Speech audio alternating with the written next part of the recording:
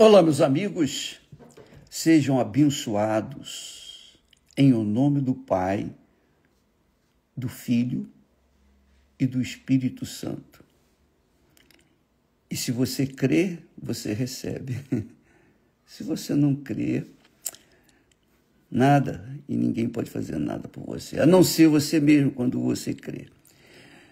E é justamente isso que nós aprendemos com Abraão. Abraão nos ensina a fé inteligente, a fé racional, a fé que nada tem a ver com a emoção, com os sentimentos.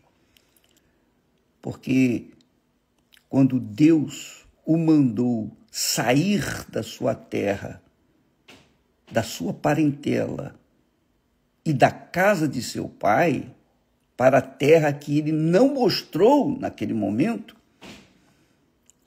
Abraão tinha duas opções.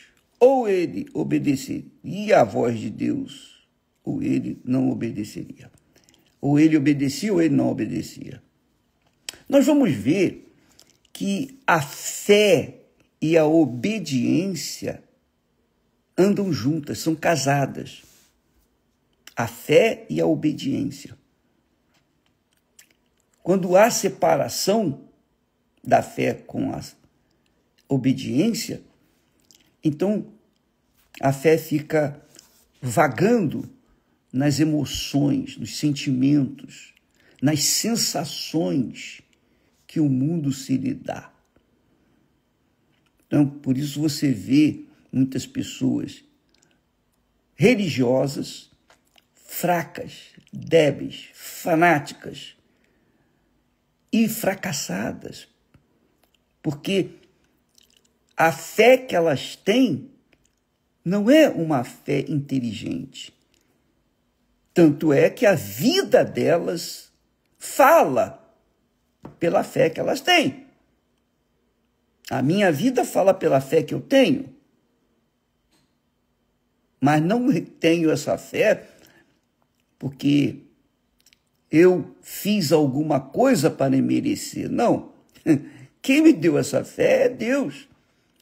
Como falamos ontem, é Deus quem opera em nós.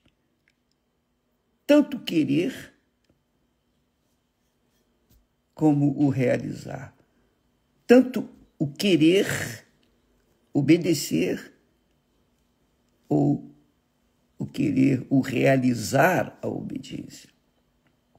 Veja só, se você lê o capítulo 11 de Hebreus com cuidado, você vai ver exemplos da fé. O que significa fé? Que eu estou falando aqui que a fé caminha com a obediência a Deus. A fé caminha com a obediência. Ele fala, você obedece, isso se chama fé. Então vamos ver aqui em Hebreus capítulo 11.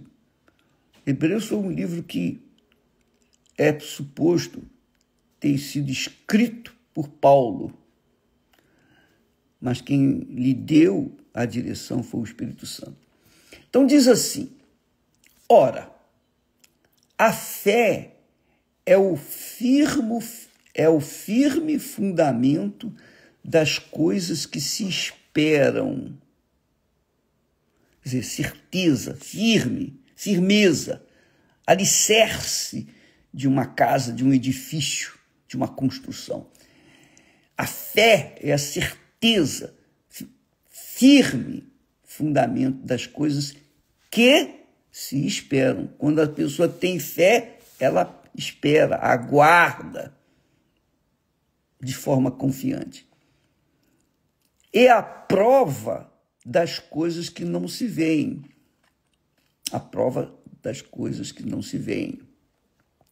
Quer dizer, você tem a certeza, tem a convicção, você não vê, mas está dentro de você.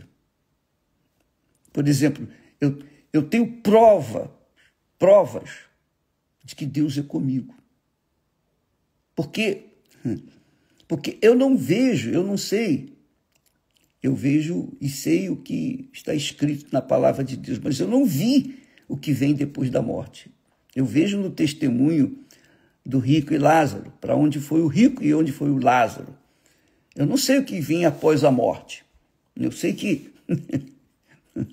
os meus dias estão se findando aqui na terra. Mas para mim, não faz diferença ficar mais um pouco ou menos um pouco. Pode ser até agora, porque eu sei para onde eu vou. Isso é uma certeza, uma convicção. E isso é tão forte que me dá gozo na alma de saber para onde eu vou e quero ir mais, aspiro ir para junto do meu Pai, daquele que eu creio e eu não vejo. Então, a fé é o firme fundamento das coisas que não se veem, que se esperam, não se veem. A prova das coisas que não se veem. Porque por ela, pela fé, os antigos alcançaram testemunho, são testemunhas vivas de Deus, em outras palavras. No versículo 3 diz, pela fé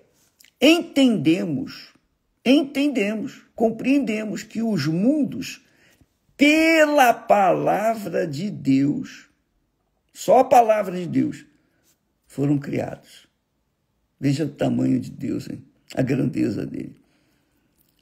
De maneira que aquilo que se vê não foi feito do que é aparente. Tudo foi criado pela palavra de Deus. Ele disse, haja luz e houve luz. Então, Deus é tão grande,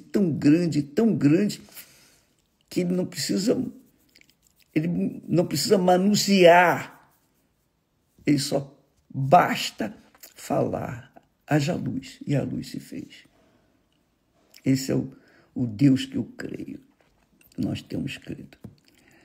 Aí diz, pela fé, veja aqui, a fé é acompanhada do quê? Da obediência. Pela fé, começa com Abel.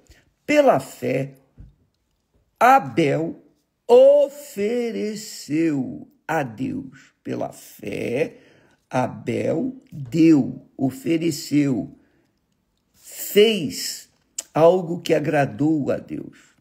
Pela fé, Abel ofereceu a Deus maior sacrifício do que Caim, pelo qual, quer dizer, pelo sacrifício, o sacrifício que ele fez, alcançou testemunho de que era justo. Ele foi justo quando fez aquela oferta. Já o seu irmão fez uma oferta imprestável. Deus não aceitou a oferta de Caim, aceitou a de Abel. Então, por causa da sua fé, Abel agradou a Deus. E diz mais, ele deu testemunho dos seus dons. E por ela, depois de morto, ainda fala. Quer dizer, até hoje se fala de Abel, mesmo tendo morrido há milhares de anos atrás. Então, veja que a fé de Abel é uma fé sólida, foi uma fé sólida, porque até hoje ele fala. O testemunho dele, a atitude dele, ficou registrada para que todas as pessoas, nações, os povos de todas as épocas pudessem saber da grandeza de Deus. O que Abel fez para agradar a Deus? Ele fez a oferta que agradava a Deus. Porque na oferta que nós apresentamos a Deus, nós agradamos ou não agradamos a Deus. Porque a oferta fala o que está dentro de nós. A oferta que oferecemos a Deus, que damos a Deus, ela é expressa, ela é externada de forma materializada, ela é materializada de forma física. Então, todos podem ver aquilo que nós fazemos para Deus. E a maior oferta que agradou a Deus, no caso de Abel, essa maior oferta, ele era um homem justo. Está aqui escrito. Quer dizer, o caráter dele. Olha só, pela fé, Abel ofereceu a Deus maior sacrifício do que Caim. Pelo qual, quer dizer, o tipo de oferta que ele fez, alcançou diante de Deus de que ele, Abel, era justo, quer dizer, um homem correto, um homem íntegro. Então, a oferta desse justo agradou a Deus. Por isso, Abel deu o melhor das suas ovelhas. O sacrifício dele foi o melhor que ele ofereceu para Deus. Por quê? Porque dentro dele havia o melhor. Então, a oferta física, material, ela externa o que está dentro da pessoa, para Deus, não é para o homem. A oferta não é para o homem, a oferta é para Deus. Deus é que está recebendo. A oferta que nós damos, que nós oferecemos, mostra o que há dentro de nós para Deus, não para o homem, mas para Deus. E se alguém quer agradar a Deus, procura dar a oferta que lhe agrada, e não a oferta que agrada ao homem. Se a oferta agrada ao homem, então é claro que a pessoa não está procurando agradar a Deus, e aí ela erra. E foi a oferta de Caim. A oferta de Caim agradou a si próprio, não a Deus. Aí está a grande diferença. Aí, continuando falar sobre a fé, está aqui escrito no texto: pela fé, Enoque foi trasladado para não ver a morte. Quer dizer, Enoque não viu a morte. Ele não experimentou a morte. E diz o texto que ele não foi achado, porque Deus o trasladara. Quer dizer, Deus o tomou. Pronto, acabou. Desapareceu. Visto como, antes da sua trasladação, alcançou testemunho, a vida dele, o caráter dele, a vida dele, aqui na terra, agradou a Deus. Está aqui escrito. Alcançou testemunho de que agradar a Deus. Quer dizer, ele deu a sua vida, ele ofereceu a sua vida justa a Deus. No meio de um mundo corrupto, ele foi justo. No meio da mentira, ele foi a verdade. No meio da sujeira, ele foi puro, foi limpo, íntegro, verdadeiro, transparente, sincero. Então, essa atitude dele, esse caráter dele, agradou a Deus. É a oferta que ele deu a Deus. Da mesma forma como Abel, da mesma forma como os demais. A oferta que se apresenta a Deus tem que vir com justiça. Por exemplo, Jesus falou lá, no capítulo de Mateus 5, e versículo 23, ele diz assim: quando trouxeres a tua oferta ao altar, quer dizer, a oferta é para oferecer a quem? A Deus. No altar, é o altar de Deus. Quando trouxeres a tua oferta no altar e te lembrares que o teu irmão tem alguma coisa contra ti, antes de colocar a oferta no altar, vai se reconciliar com o teu irmão. Porque se você oferecer a oferta no altar com o coração magoado ou o coração contaminado ou em pecado, a oferta não é válida. Deus não aceita aquela oferta, fica sendo como uma oferta de Caim, não aceita. A oferta no altar tem que ser pura.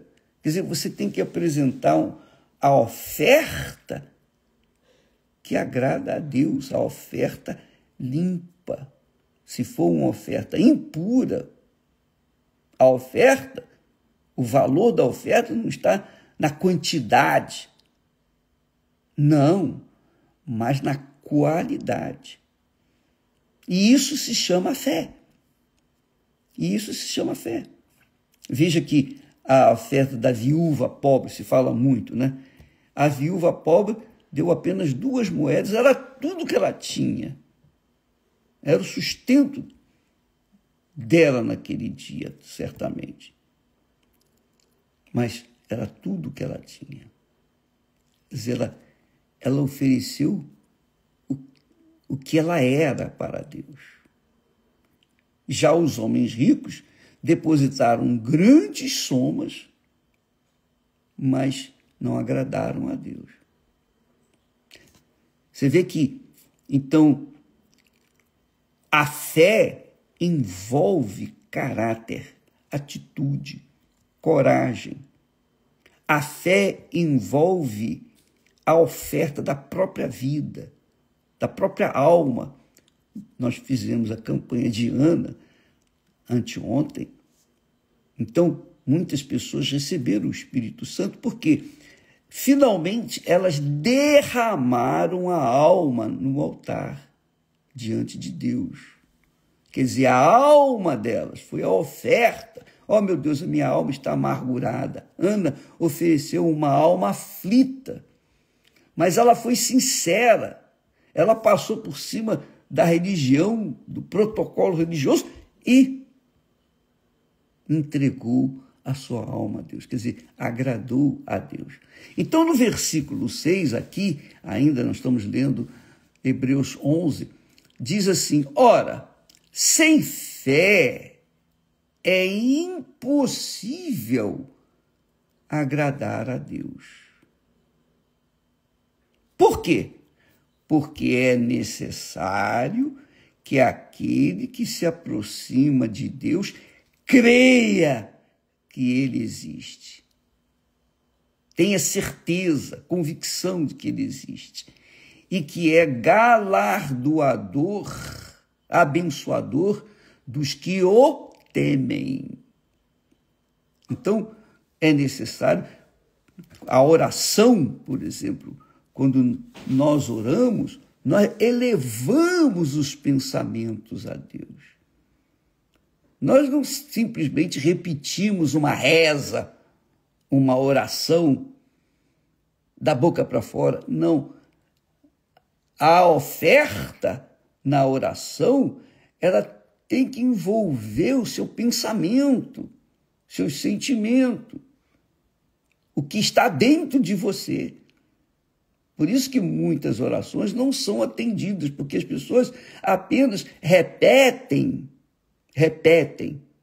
como o papagaio, repetem palavras. Mas quando a oração é feita com alma, com todo o coração, com aquela certeza de que Deus está ouvindo, essa oração é ouvida. Então veja que a oração é seguida de uma atitude, de uma obediência.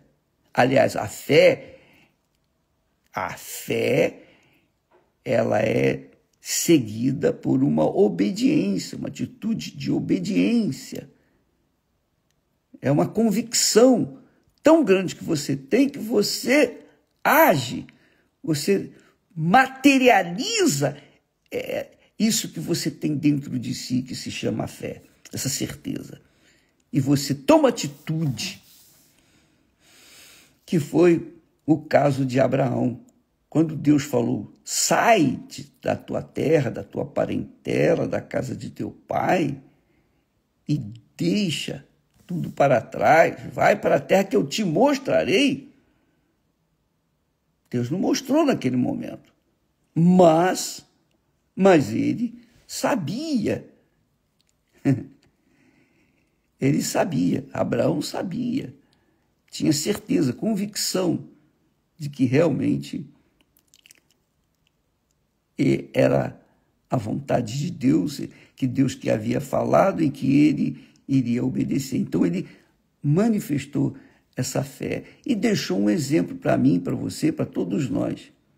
No versículo 7 aqui de Hebreus, diz assim: pela fé, Noé, divinamente avisado das coisas que ainda não se viam, temeu, e para a salvação da sua família, preparou a arca, pela qual condenou o mundo. Ele levou, dizem, que ele levou 100 anos construindo a arca.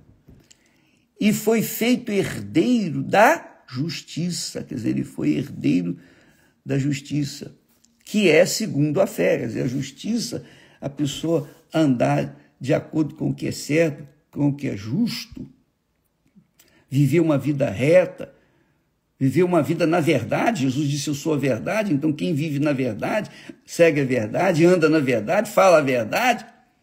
Então esse vive pela fé em Jesus, mesmo não tendo visto Jesus. Não é? Isso se chama fé. Essa é a fé que Deus requer de cada um de nós. Então, no versículo 8 de Hebreus 11, que nós estamos lendo, diz assim: pela fé, Abraão, sendo chamado, obedeceu. Quer dizer, a fé caminha junta com a obediência. É um casamento. Não há separação. Quando há fé, há atitude. Quando há fé, há inteligência, há sabedoria. Quando há fé, há uma materialização dessa convicção que a pessoa carrega, que se chama fé. E isso é o que agrada a Deus. Pela fé, Abraão, sendo chamado, obedeceu. Ele poderia não ter obedecido, mas obedeceu, indo para um lugar que havia de receber por herança. Havia de receber por herança. Também eu posso falar por mim, a minha fé, eu estou agindo, vivendo a fé há 61 anos. Vai fazer 62 anos que eu estou vivendo a fé no Senhor Jesus, porque eu creio que vou receber por herança a vida eterna, a salvação da minha alma. Abraão tinha essa convicção. Está aqui escrito: sendo chamado, obedeceu, indo para um lugar que havia de receber por herança. E saiu, sem saber para onde ia. A mesma coisa, eu falei, eu não sei, eu não sei como é o lugar que eu vou. Não vi, não vejo, mas dentro de mim há uma convicção, uma certeza absoluta para onde vai a minha alma. E por causa da salvação da minha alma, então eu me mantenho na fé, de fé em fé. Eu vivo pela fé. Eu vivo pela fé, focando a salvação da minha alma. E isso me faz temer e tremer, porque eu não quero perder essa convicção, essa certeza que carrego dentro de mim. Para isso, eu tenho que viver na verdade, na justiça, tal e qual os homens do passado. E isso que agrada a Deus.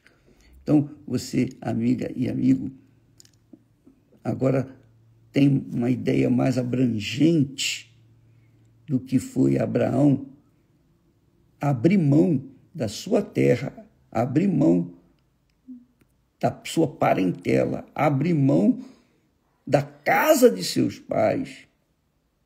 Ele abriu mão de tudo. Por causa do quê? Da salvação da sua alma, para a terra espiritual que Deus lhe havia prometido, que é o nosso caso. Deus abençoe você. E amanhã estaremos falando mais sobre Abraão, para que você possa ter um referencial de fé que agrada a Deus. Não é uma fé que está envolvendo sentimento. Eu estou sentindo, porque se Abraão fosse olhar para os sentimentos do coração, ele não sairia da casa dele, da terra dele, ele não deixaria, porque ele já era rico.